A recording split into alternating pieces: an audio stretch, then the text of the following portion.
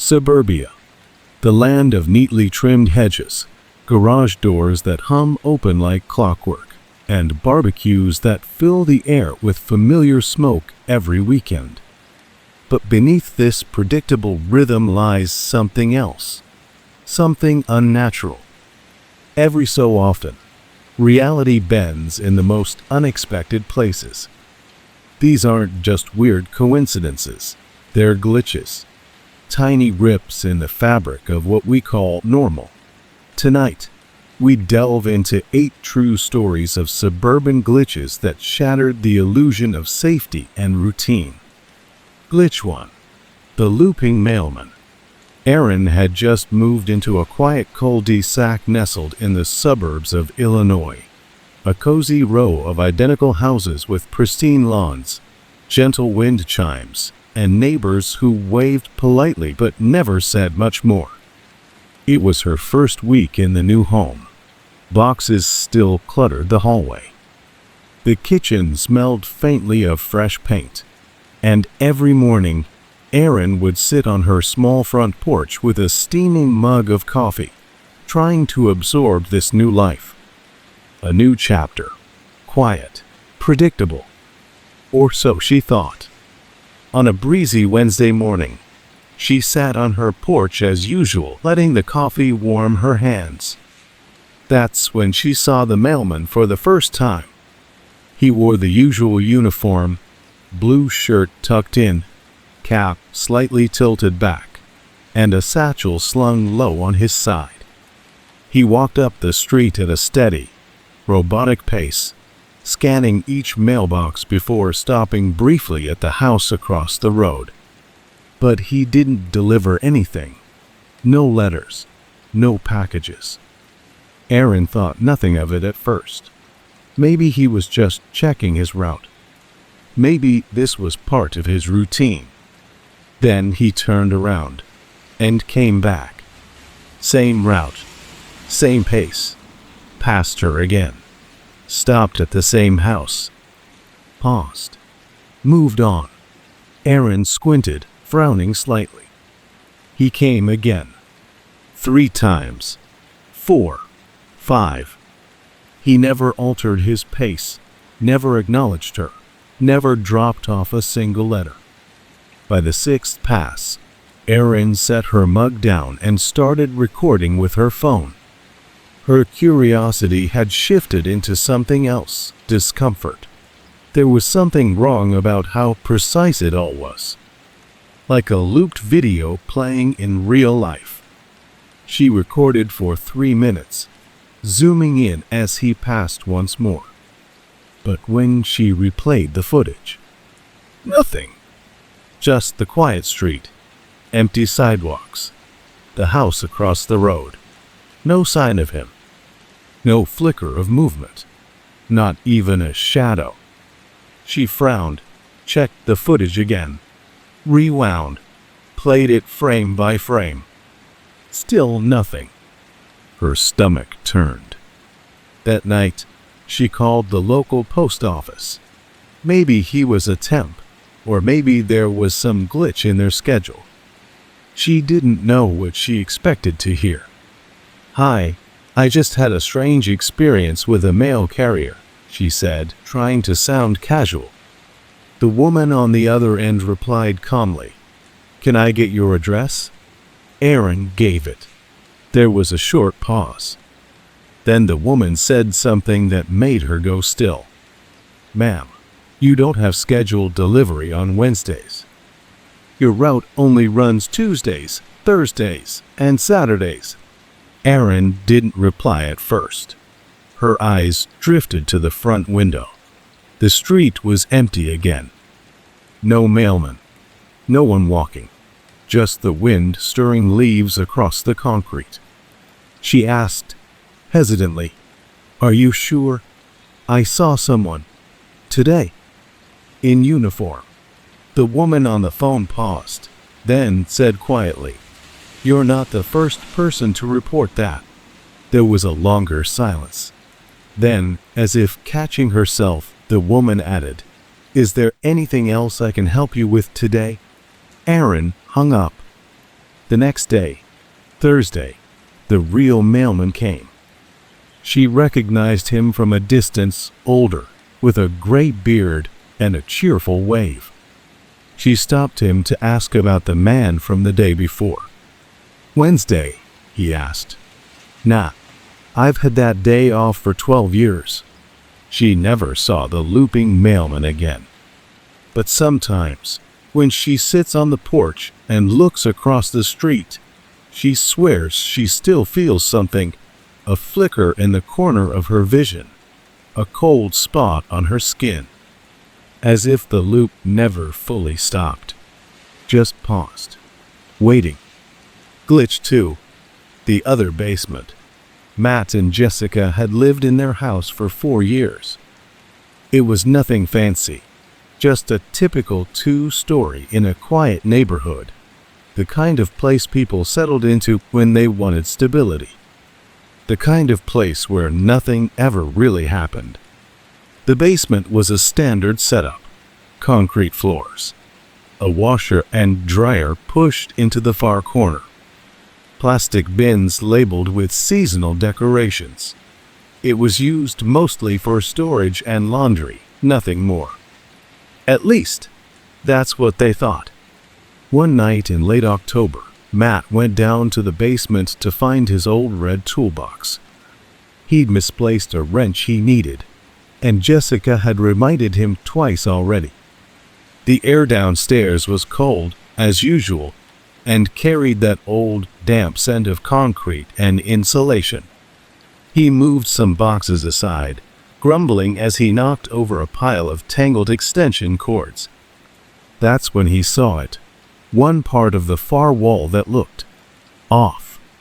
The paint didn't match the rest of the basement. It was a cleaner shade of gray, and the texture was smoother, almost like drywall instead of concrete. As he stepped closer, something about it made his skin prickle. There was no seam, no door frame, no handle. But when he pressed his palm against it, it clicked. The wall gave a subtle vibration, then shifted slightly inward with a mechanical thunk. A narrow gap opened, revealing a set of stairs he had never seen before, spiraling down deeper into blackness. Matt froze. His instincts screamed that something wasn't right, but curiosity outweighed caution. He grabbed a flashlight from the shelf, hesitated, then started down. The steps creaked underfoot, but they were solid. The air grew colder, sharper with each step, like it hadn't been disturbed in decades. At the bottom, the stairs opened into a room. He swept his flashlight across the space and stopped dead in his tracks. It was his basement, or rather, a perfect copy of it. Same washer, same dryer, same labeled bins stacked in the same order. The exact rug Jessica had bought on sale 3 years ago. Even the stain from when he'd spilled motor oil was there, in the same corner. Except everything had a strange bluish tint, like it was being lit by some unseen ultraviolet source. The air was ice cold, silent, and hanging on the wall. A calendar, but not the one they had upstairs. This one was dated March 2027, 3 years into the future. Matt walked closer. The pages were already turned. Notes were scribbled across them in handwriting that looked like his. Appointments, reminders, birthdays, things he didn't remember writing, names he didn't recognize. He turned to leave, but just before climbing the stairs again, something caught his eye. A picture frame sitting on a shelf near the dryer. He picked it up. The photo inside was a family portrait, Jessica himself, and 2 kids. They didn't have children. His heart started pounding. The air felt thinner, like the walls were pressing in. He shoved the photo back, turned, and bolted up the stairs. He emerged into the normal basement, panting. The hidden door was still open. He slammed it shut and stepped back, waiting to see if it would reopen. It didn't. He touched the wall again. This time, it was just concrete. Solid, cold, unmoving. The next day, Matt told Jessica everything. She gave him a worried look but came downstairs with him anyway. He showed her the wall, tapped it, ran his hand along the same surface. It was seamless. No click, no hidden panel. Just rough gray cement like it had always been. She told him he probably dreamed it, that maybe he'd fallen asleep down there while digging through boxes and imagined the whole thing. Matt nodded, but he never believed it was a dream. Because that night, after Jessica had gone to bed, he found something tucked beneath the stairs upstairs, a photo. The same photo. The one from the other basement. The family portrait with the 2 children. The frame was dusty, the colors slightly off, but the faces were the same. His hand shook as he turned it over. On the back, written in his own handwriting, was a name. A girl's name. A name he didn't recognize. Yet somehow, it made his chest ache, like he'd forgotten something important. Something real. They never found the door again. But every time Matt goes into the basement, he pauses at that wall. Just in case. Some doors aren't meant to be opened. And some versions of your life aren't meant to be seen. Same washer. Same dryer. Same labeled bins stacked in the same order. The exact rug Jessica had bought on sale 3 years ago. Even the stain from when he'd spilled motor oil was there, in the same corner. Except everything had a strange bluish tint, like it was being lit by some unseen ultraviolet source. The air was ice cold, silent, and hanging on the wall. Calendar, but not the one they had upstairs. This one was dated March 2027, 3 years into the future. Matt walked closer. The pages were already turned. Notes were scribbled across them in handwriting that looked like his. Appointments, reminders, birthdays, things he didn't remember writing, names he didn't recognize. He turned to leave, but just before climbing the stairs again, something caught his eye. A picture frame sitting on a shelf near the dryer. He picked it up. The photo inside was a family portrait, Jessica, himself, and 2 kids. They didn't have children. His heart started pounding. The air felt thinner, like the walls were pressing in. He shoved the photo back, turned, and bolted up the stairs. He emerged into the normal basement, panting. The hidden door was still open. He slammed it shut and stepped back, waiting to see if it would reopen. It didn't. He touched the wall again. This time, it was just concrete. Solid, cold, unmoving. The next day, Matt told Jessica everything. She gave him a worried look but came downstairs with him anyway. He showed her the wall, tapped it, ran his hand along the same surface. It was seamless. No click, no hidden panel. Just rough gray cement, like it had always been. She told him he probably dreamed it, that maybe he'd fallen asleep down there while digging through boxes and imagined the whole thing. Matt nodded, but he never believed it was a dream. Because that night, after Jessica had gone to bed, he found something tucked beneath the stairs upstairs, a photo. The same photo. The one from the other basement. The family portrait with the 2 children.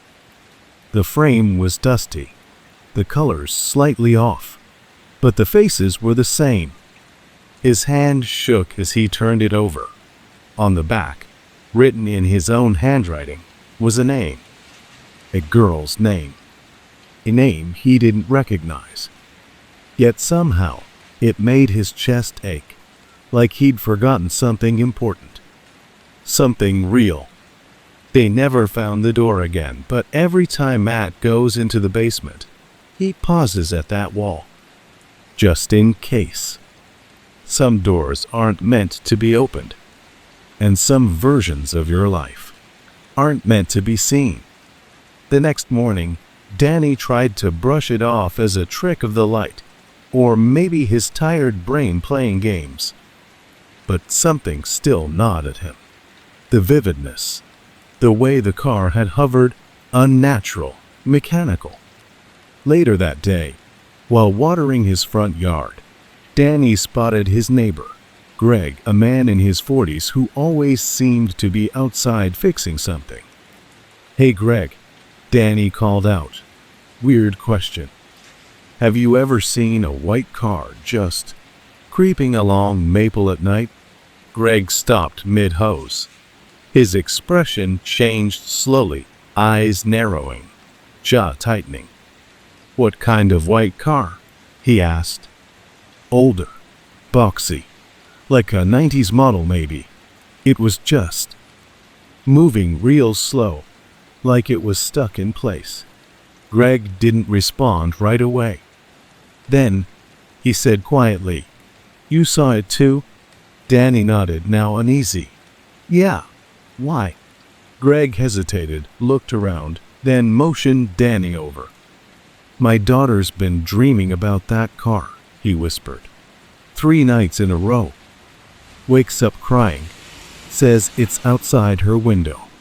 Just sitting there. No one inside, but the engine's running. Headlights flickering. Danny stared at him. "What else did she say?" Greg looked back toward his house, then lowered his voice even more. "She says it's waiting for someone to get in." That night, Danny didn't go riding. But just before 11 p.m., he peeked through the blinds of his bedroom window. Maple Drive was empty. Except there it was. At the end of the road, the white sedan, parked, still, headlights dim and fluttering like candles in the wind. Danny's heart pounded. He reached for his phone and snapped a picture. When he looked at it, there was no car in the photo. Just the dark, empty street. Since that night, Danny never biked after dark again. Sometimes he still sees it just at the edge of view, never closer, never further. Always waiting. And he can't shake the feeling that one day he won't be waiting anymore. Glitch 4. The dinner that repeated. The Alvarez family had a rhythm, a quiet suburban routine that kept life orderly. Dinner was at 6:30 p.m. Sharp, every night, without fail. Carmen, the matriarch of the household, was meticulous. She ran the kitchen like a well-oiled machine. Monday was grilled chicken, Tuesday tacos, Wednesday spaghetti, and Thursday lasagna. It was a Thursday like any other. The kids came home from school. Her husband Daniel returned from work humming the same classic rock tune he always did. The dog barked at the mailman, then promptly fell asleep by the heater. That evening, Carmen layered pasta, ricotta, and marinara, humming to herself. The scent filled the house.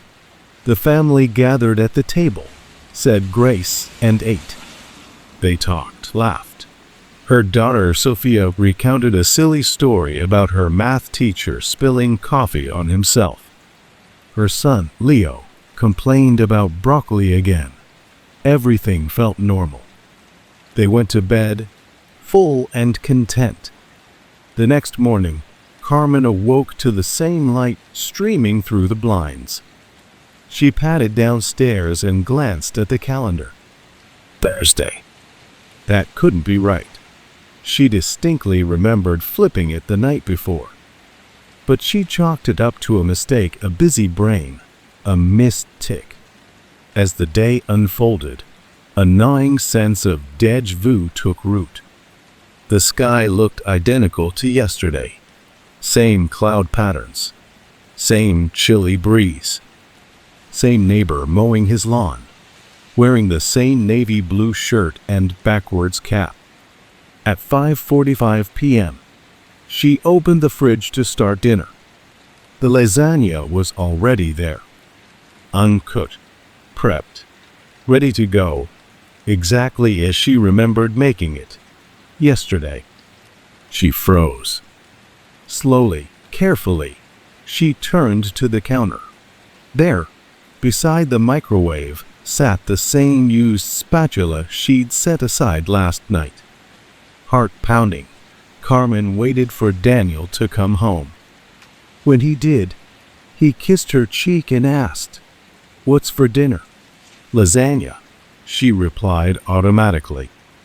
He smiled. "Nice. That's what we had last week, right?" She stared at him. "No," she said. "We had it yesterday." Daniel blinked. "Carmen, today's Thursday." She didn't argue, but that night, as they sat down at the table and Sophia told the same story about her teacher's coffee mishap, word for word, Carmen gripped her fork so tightly her knuckles went white. The next morning, she awoke in a cold sweat. Thursday again. Same sunlight. Same neighbor mowing. Same damn lasagna. She checked the wall calendar. Thursday, still. She grabbed a red marker and wrote the date in bold. Thursday, lasagna loop. That night, everything repeated.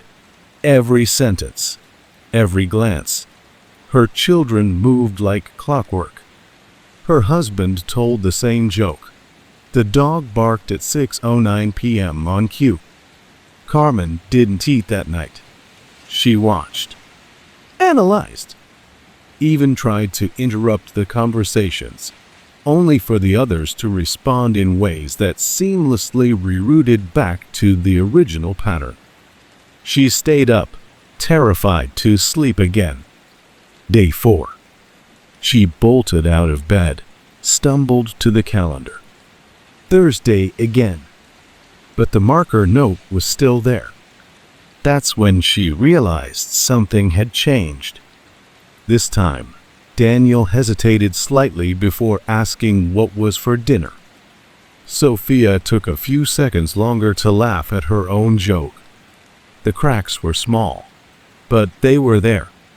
Carmen tested the loop, dropped a glass on purpose, asked strange questions. The world reacted, sometimes awkwardly, sometimes as if trying to correct itself. On the 4th loop, she spoke over Sophia's story. The girl paused mid-sentence, blinked, then reset, like a video skipping back a few seconds. On the 5th Thursday, Carmen awoke and didn't even look at the calendar. She walked to the kitchen. No lasagna in the fridge. The neighbor wasn't mowing. The dog was silent. And when Daniel walked in, he said, "Happy Friday." Something inside her relaxed, but only slightly. That night, she sat at the table in silence, watching, listening. She knew every word her daughter was about to say, because she had lived them already. The Alvarez family never spoke about it again. To them, it was just another Thursday lost in memory. But sometimes, Carmen still wakes up in a panic, afraid she'll look at the calendar and see that date staring back. Thursday, the day that refused to end. Because when time breaks, it doesn't always leave a mess. Sometimes, it's too perfect. Glitch 5. The wrong family in the right house. Tom had been away for 3 weeks. A business trip across the country, long hours, hotel rooms that smelled like industrial detergent, and cheap room service meals eaten in silence. By the time he landed back in town, it was early Friday evening. The sun was starting to dip, casting warm golden light over the rooftops of his quiet suburban street. His street. His home. Tom smiled as he pulled into the driveway. Everything looked just as he'd left it.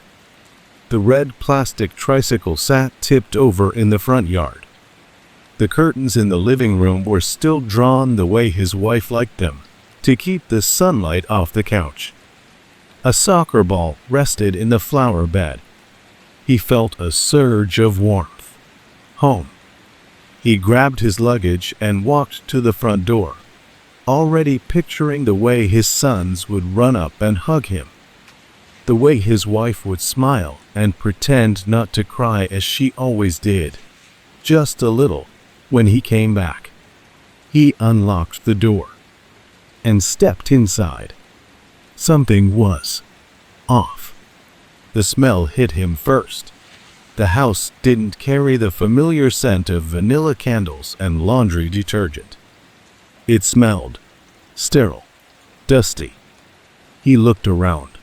The layout was the same, but the furniture, it had changed. The couch was a different color. The rug beneath it was something old, floral, not the modern gray one they'd picked out together. The bookshelf had different titles, different knickknacks. There was a coat hanging on the hook near the door. But it wasn't his or hers. Tom froze. His eyes scanned the wall of family photos by the stairs. Except none of them were his family. Different people, different smiles, different kids. He called out, "Hello." Then, from the living room, he heard a voice. "Can I help you?" He turned and saw them, a woman and 2 boys sitting on the couch. The woman looked like his wife, but older, subtly different. Her eyes lacked the warmth he remembered. Her posture was too stiff. The boys were about the same age as his sons, but taller, thinner. Their faces, not quite right. Tom stammered. "What is this? Who are you?" The woman stood and smiled gently. "I think you have the wrong house." Her tone was polite, almost rehearsed. But there was something beneath it, something cold. Tom stepped backward, heart pounding. "No, this is my house," he said. "My name is on the mortgage. My wife's name is Sarah. My sons are Ethan and Caleb." The woman tilted her head, smile still in place. "You must be confused." He didn't respond. He couldn't. He backed out the door, stumbling down the front steps, breath catching in his throat. He rushed to the mailbox. His hands shook as he opened it. Inside was a stack of flyers and bills. He yanked one out and stared at the name on the envelope. Tom Alvarez. His name. Same house number. Same street. Same zip code. He looked back at the front door. It was closed again. The curtains were drawn. It took 10 minutes to find a patrol car willing to drive back with him. The officer was calm, understanding, though clearly skeptical. He asked Tom if he'd had any medication recently, if he'd been drinking, if he might have gotten the address wrong. Tom didn't argue. He just needed someone else to see it. When they returned, the house looked exactly the same from the outside.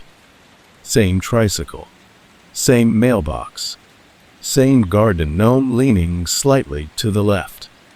The officer knocked. No one answered. He tried the door. It was unlocked.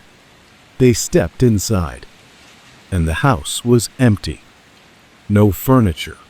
No photos. No signs of life. Dust covered every surface. Cobwebs clung to the corners. The air was stale, as if no one had lived there in years. The officer looked at him. "Are you sure this is the right address?" Tom didn't respond.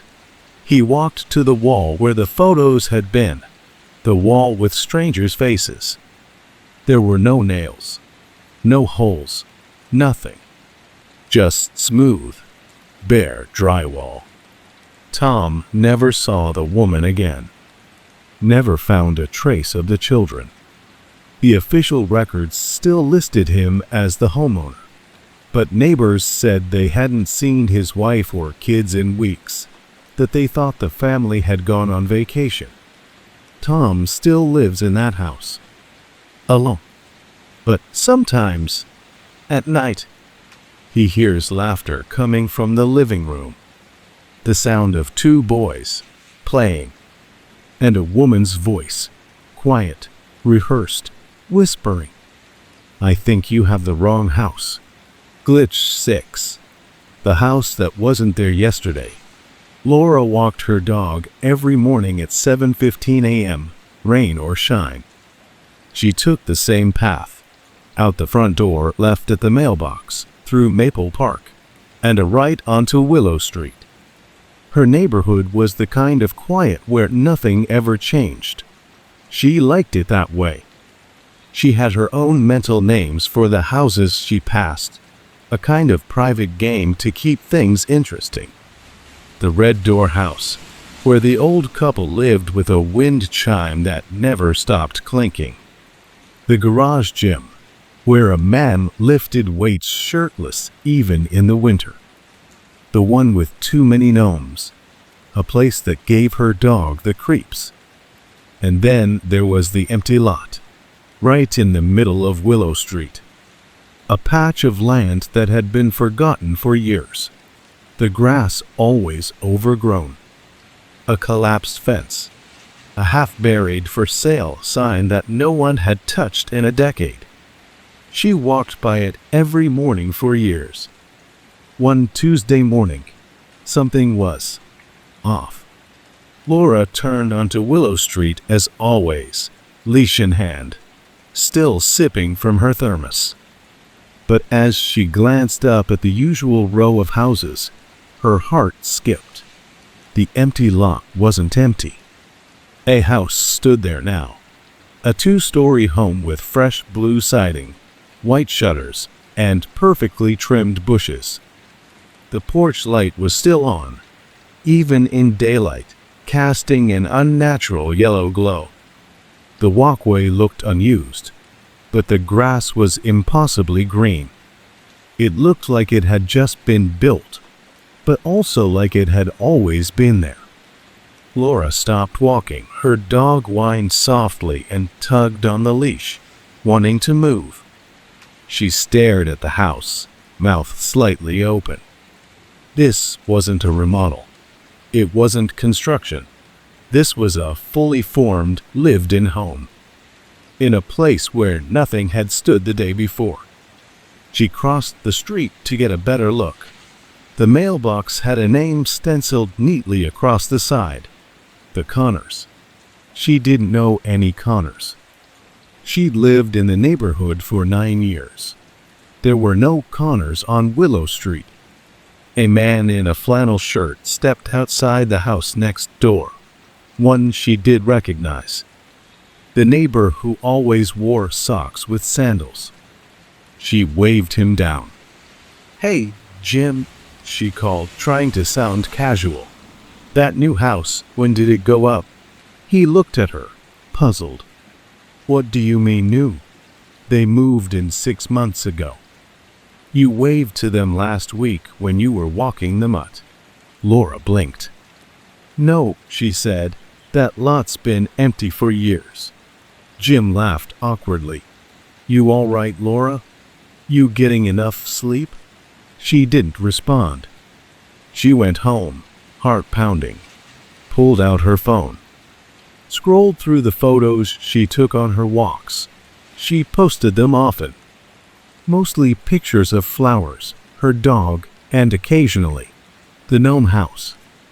She scrolled back to a photo from last week. She remembered taking it. Her dog had stopped to sniff a squirrel. She'd snapped the shot while waiting. It was the lot. Empty. Grass. Fence. That crooked for sale sign. No house. Laura couldn't sleep that night. The image of the house, perfect, symmetrical, wrong, burned in her mind. She kept thinking about the mailbox. The Connors. She didn't know any Connors. At 2 a.m., she got out of bed, walked to the window, and looked down Willow Street. The house was dark.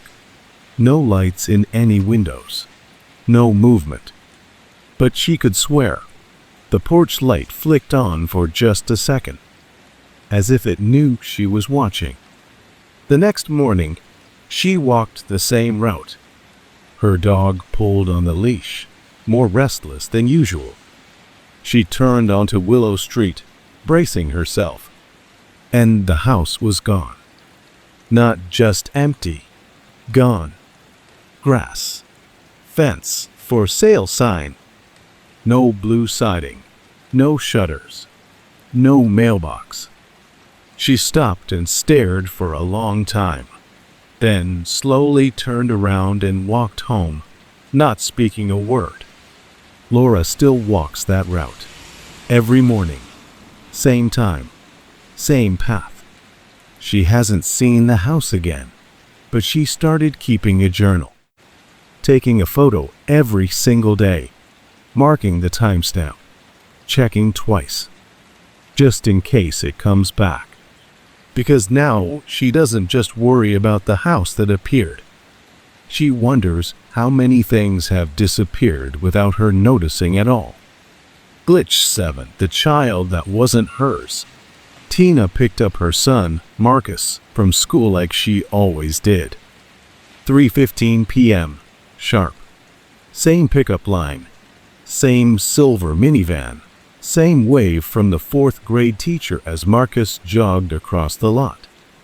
He climbed into the back seat, backpack thudding onto the floor. "Hey, Mom," he said, grinning. "I made an abstract volcano in art class." Tina smiled in the rearview mirror. "Abstract, huh? Did it erupt sideways?" They laughed. He told her about a weird lunch trade he made. Gave away his granola bar for half a Pop-Tart. Then he started wondering aloud if it would rain tomorrow during recess. It was all perfectly normal. Mundane. Familiar. Which is why what happened next didn't make sense. They got home, and Tina went through her usual routine. Unpack his lunchbox. Sort the mail. Start prepping dinner. Marcus walked down the hallway toward his room. Then stopped. "Mom?" he called. "Yeah." "Where's my room?" She poked her head out of the kitchen, laughing. Very funny. But Marcus wasn't smiling. He looked around, uncertain, almost like he'd just walked into a stranger's house. "This doesn't feel like our house," he said quietly. Tina frowned. "What are you talking about? You've lived here since you were born." Marcus walked into his room and stood still, scanning the walls like he was seeing them for the first time. Posters of his favorite superhero, his beanbag chair, the glow in the dark stars on the ceiling. "That's not my bed," he said. He barely touched his dinner. He didn't argue, didn't complain. He just stared at his plate, quiet, eyes flicking around the room like he was waiting for something to change. That night, Tina found him sitting at the top of the stairs, knees pulled to his chest. "Can I ask you something?" he said. "Of course, sweetheart." He looked up at her with eyes too tired for a child. When can I go back to my real mom? She froze. Marcus, I am your mom. He didn't answer. He just started to cry. The next morning, she took him to see Dr. Ellis, their pediatrician. She explained what happened, the disorientation, the strange behavior, the heartbreaking question. The doctor examined Marcus, asked him questions, ran basic cognitive tests. Then shrugged. Could be stress, he said. Sometimes kids dissociate. Maybe he had a bad dream or something triggered it. Tina nodded. But deep down, she knew it wasn't that.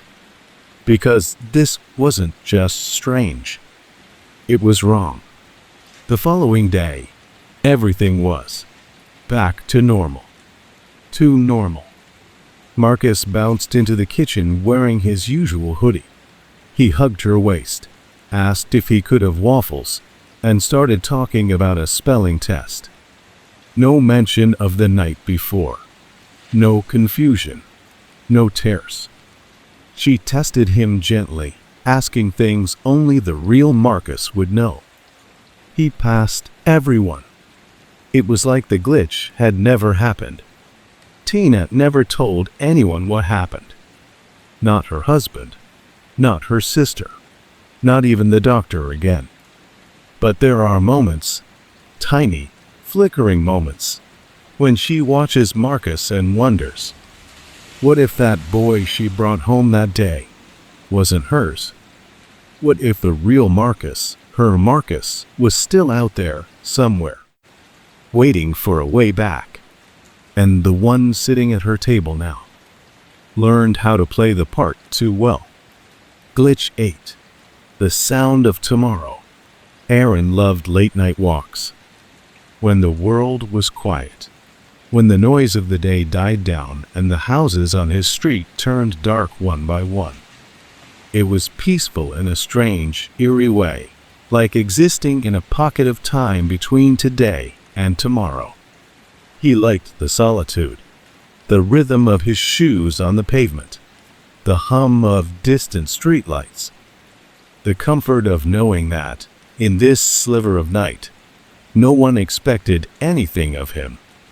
He'd been taking these walks for years, same route, past the bakery, across the bridge near the old library, and through the back street behind the grocery store.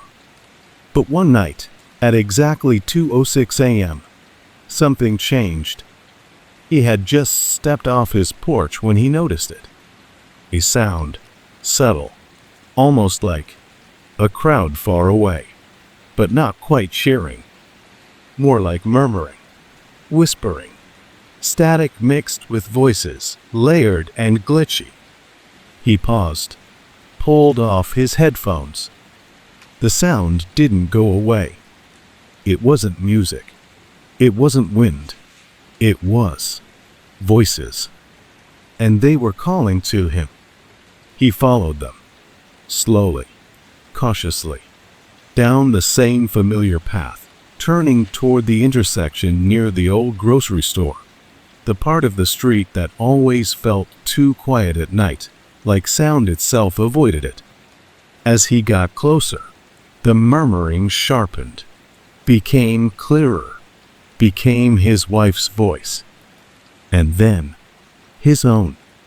He stood there, frozen, as he heard the two of them arguing. His wife's voice was tense, hurt. His voice sharp, defensive. They were talking about something that hadn't happened. An accusation. Something about a message on his phone. Something he hadn't done. If you have nothing to hide, why did you delete it? Because it wasn't anything. You're overthinking. It wasn't a memory.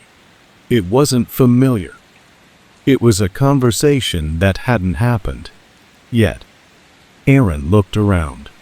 The intersection was empty. The grocery store dark. The street dead silent, except for those voices playing out of thin air. Then they faded, and silence returned. The next night, they had the fight. Word for word. Every line, every tone, every pause. It unfolded exactly as he had heard it. And that's when he knew. The sound he heard wasn't just echo. It wasn't just his imagination. It was the future, leaking into the present. He tested it. The next night, he went back to the same spot. Same time.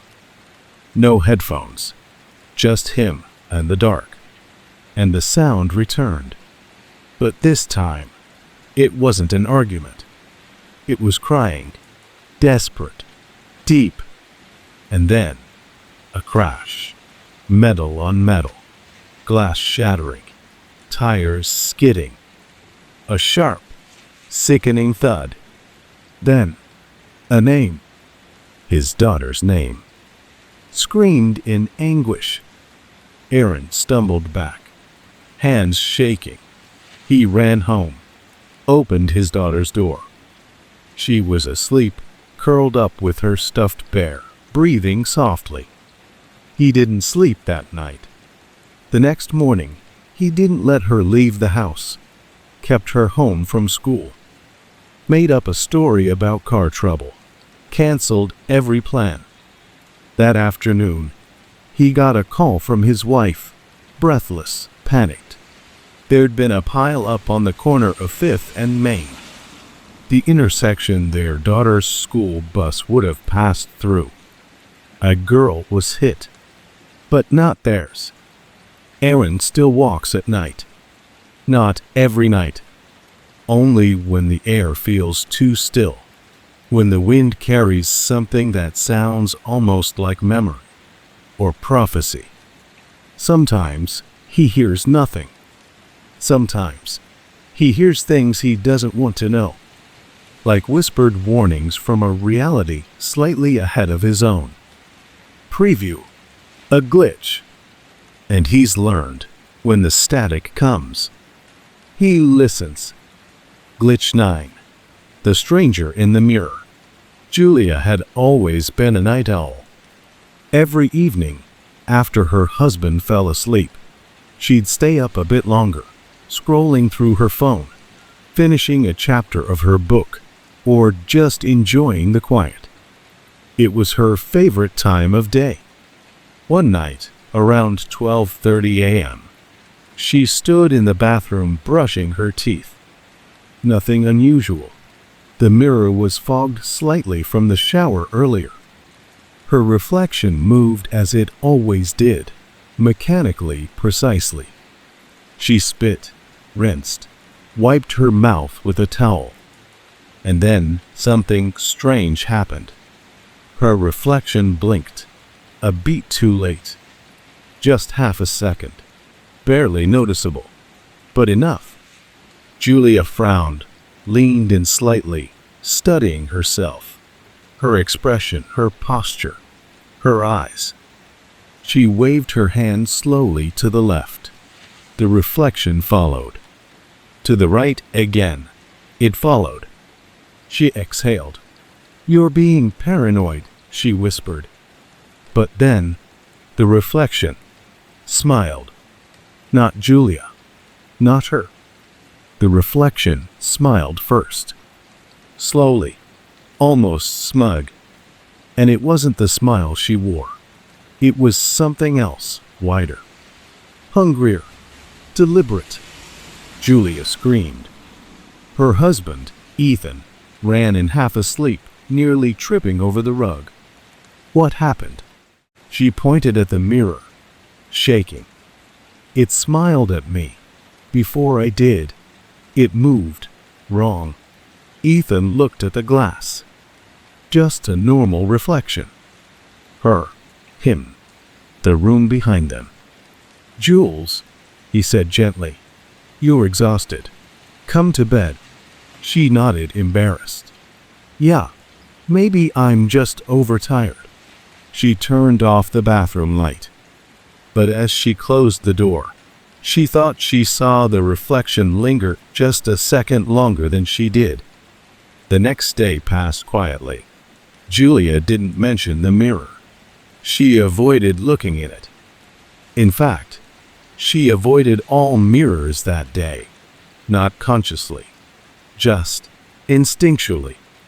It wasn't until she passed a hallway mirror that evening that it happened again. Out of the corner of her eye, her reflection turned to face her. She hadn't moved. She spun to look directly at it, and everything was normal again. Same outfit, same face, same cold chill crawling up her spine.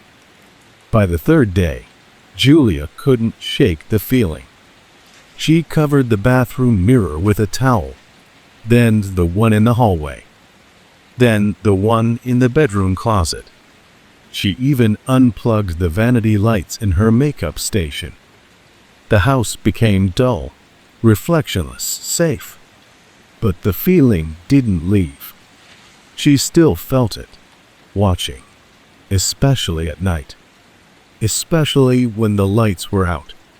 The worst part, the sensation didn't come from the mirrors anymore. It came from behind her. She started seeing movement in the dark. Not shapes, not shadows. Her own form, just out of sync. A flicker at the end of the hallway. A tilt of the head too fast to be hers.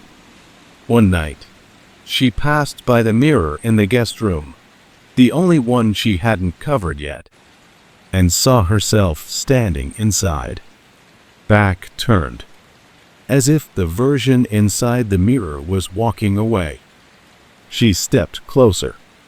The reflection stopped, turned its head slightly, as if sensing her. Then it smiled. Julia screamed again, called Ethan. But when they returned moments later, the reflection was normal, completely normal. Even she looked normal, but now it felt like the mirror was pretending, like it was mocking her with how convincingly it mimicked her. She covered that one too. Now every mirror in the house was draped in sheets, towels, or turned to face the wall. It's been 2 weeks. Julia hasn't seen the smiling reflection since, but she won't uncover the mirrors. Not even for a second. She says sometimes, just before she falls asleep, she hears a whisper from the darkened bathroom. Too faint to understand, too cold to ignore. She knows it's waiting, watching, and one day it might smile again. Not from behind the glass, but from inside the room. Glitch 10. The day with no sky. Brian awoke to silence. Not quiet. Silence. The kind that hums in your ears like pressure underwater. No birds. No wind. No passing cars or distant lawnmowers. Just a complete and unnatural stillness. He blinked a few times, trying to adjust to the absence of sound. Something felt wrong. He didn't know what, not yet. But something in his chest stirred, a subtle, inexplicable dread.